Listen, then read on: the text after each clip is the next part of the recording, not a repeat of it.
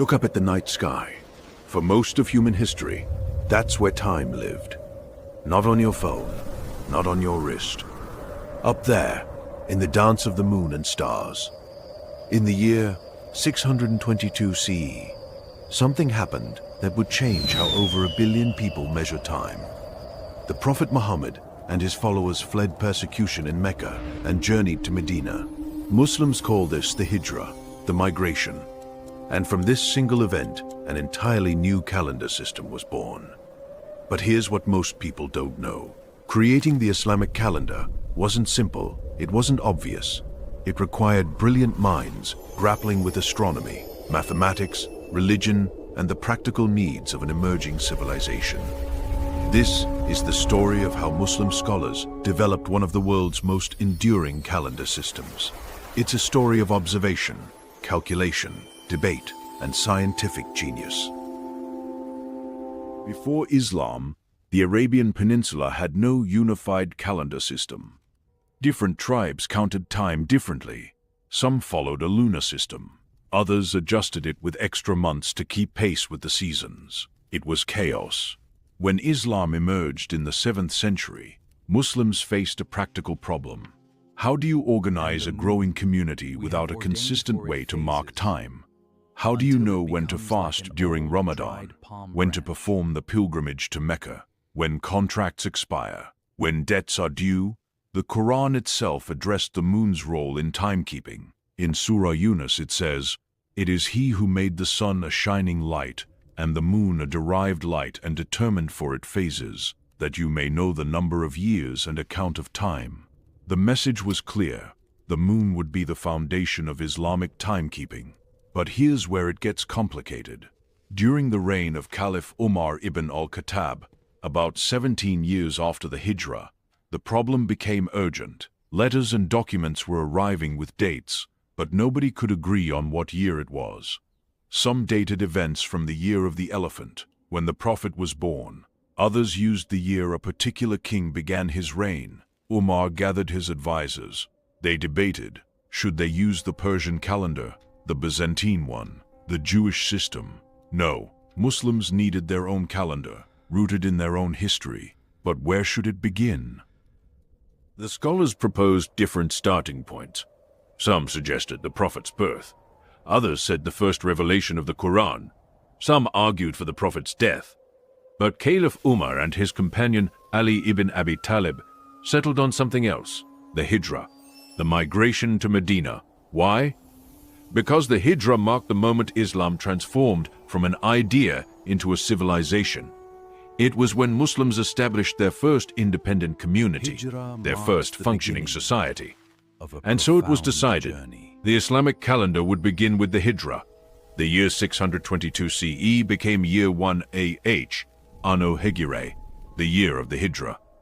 But deciding where to start was just the beginning. Now came the hard part. How do you actually track lunar months accurately? A lunar month is the time between one new moon and the next. About 29.5 days. Not exactly 29, not exactly 30, somewhere in between.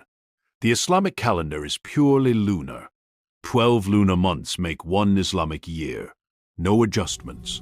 No leap months to sync with the solar year like the Jewish or Chinese calendars use. This creates a fascinating consequence. The Islamic year is about 354 days long, roughly 11 days shorter than the solar year. This means Islamic months drift through the seasons. Ramadan, which might fall in summer one year, will gradually move through autumn, winter, spring, and back to summer over a 33-year cycle. But how do you know when one month ends and another begins? The traditional method was simple and elegant. Witness the crescent moon. When you see the new crescent with your own eyes, the new month has begun. This is still practiced today. Millions of Muslims around the world look to the western sky at sunset, searching for that sliver of light. But what if it's cloudy? What if you can't see the moon? What about territories far to the north where visibility is difficult? This is where Muslim astronomers entered the picture. By the 8th and 9th centuries, the Islamic Golden Age was in full bloom. Scholars in Baghdad, Damascus, Cairo, and Cordoba were pushing the boundaries of human knowledge. They translated Greek, Persian, and Indian astronomical texts. They built observatories. They developed instruments, astrolabes, quadrants, celestial globes, that could measure the positions of celestial bodies with remarkable precision. Astronomers like Al-Khwarizmi, Al-Battani, and Ibn Yunus dedicated themselves to understanding lunar motion. They needed to predict when the crescent moon would be visible, accounting for the moon's position relative to the sun, atmospheric conditions, and the observer's location on Earth. Al-Battani, working in the 9th century, calculated the length of the solar year to within minutes of the modern value. He refined tables of lunar and solar positions that made prediction possible. Ibn Yunus, in 10th century Cairo, compiled the Hakimi Zij, astronomical tables so accurate they were used for centuries. He documented over 10,000 observations of the sun and moon. These weren't abstract exercises. These calculations had real-world applications. When would Ramadan begin? When should pilgrims prepare for Hajj? Islamic law required accurate timekeeping, and astronomers delivered. But here's the tension. Islamic tradition emphasized actual sighting of the moon. The Prophet himself had said, "Fast when you see the crescent, and break your fast when you see it." So even as astronomers developed sophisticated mathematical models to predict lunar visibility, religious scholars debated whether calculations could replace physical observation. This debate continues today. Over centuries, different methodologies emerged for determining Islamic dates. The first is the sighting method. Communities physically observe the crescent moon. This maintains the tradition but creates practical problems. Different regions might start the same month on different days because weather or geography affects visibility. The second is the calculation method. Astronomers use mathematical models to predict when the moon will be visible. This provides uniformity, but some scholars argue it deviates from prophetic tradition. The third is a hybrid approach. Use calculations to determine when sighting is theoretically possible, but confirm with actual observation when conditions allow.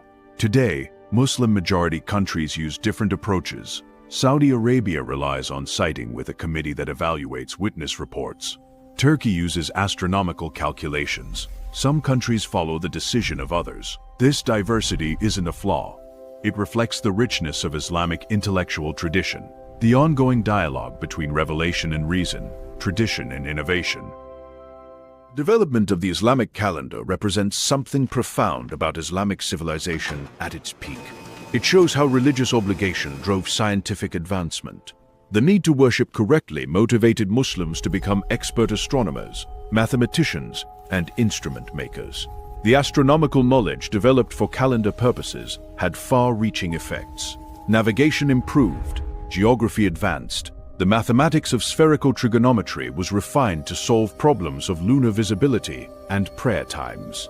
Muslim astronomers didn't just preserve ancient knowledge. They expanded it, corrected it, and passed it on to Europe, where it would fuel the Renaissance and the scientific revolution.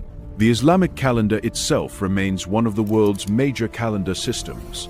Over 1.8 billion Muslims use it to determine religious observances. Countries like Saudi Arabia use it as their official civil calendar. And every month, when Muslims around the world look to the sky for the crescent moon, they're participating in a tradition that's both ancient and scientific, both spiritual and mathematical. Story of how Muslim calendars were developed is ultimately a story about humanity's relationship with the cosmos. It's about people who looked up at the night sky and saw not just beauty, but patterns, predictability, mathematical harmony, evidence of divine order. Those early astronomers and scholars didn't have computers or satellites. They had their eyes, their minds, and their instruments. And with those tools, they created a timekeeping system that has endured for 14 centuries. Tonight, somewhere in the world, Muslims are looking west at sunset, searching for that sliver of light that marks the beginning of a new month. They're connected to those ancient astronomers, to those early scholars in Medina who first asked, "How should we measure our time?" The answer they found, written in the phases of the moon, still guides over 1 billion people today, because some questions, once answered brilliantly, need no updating.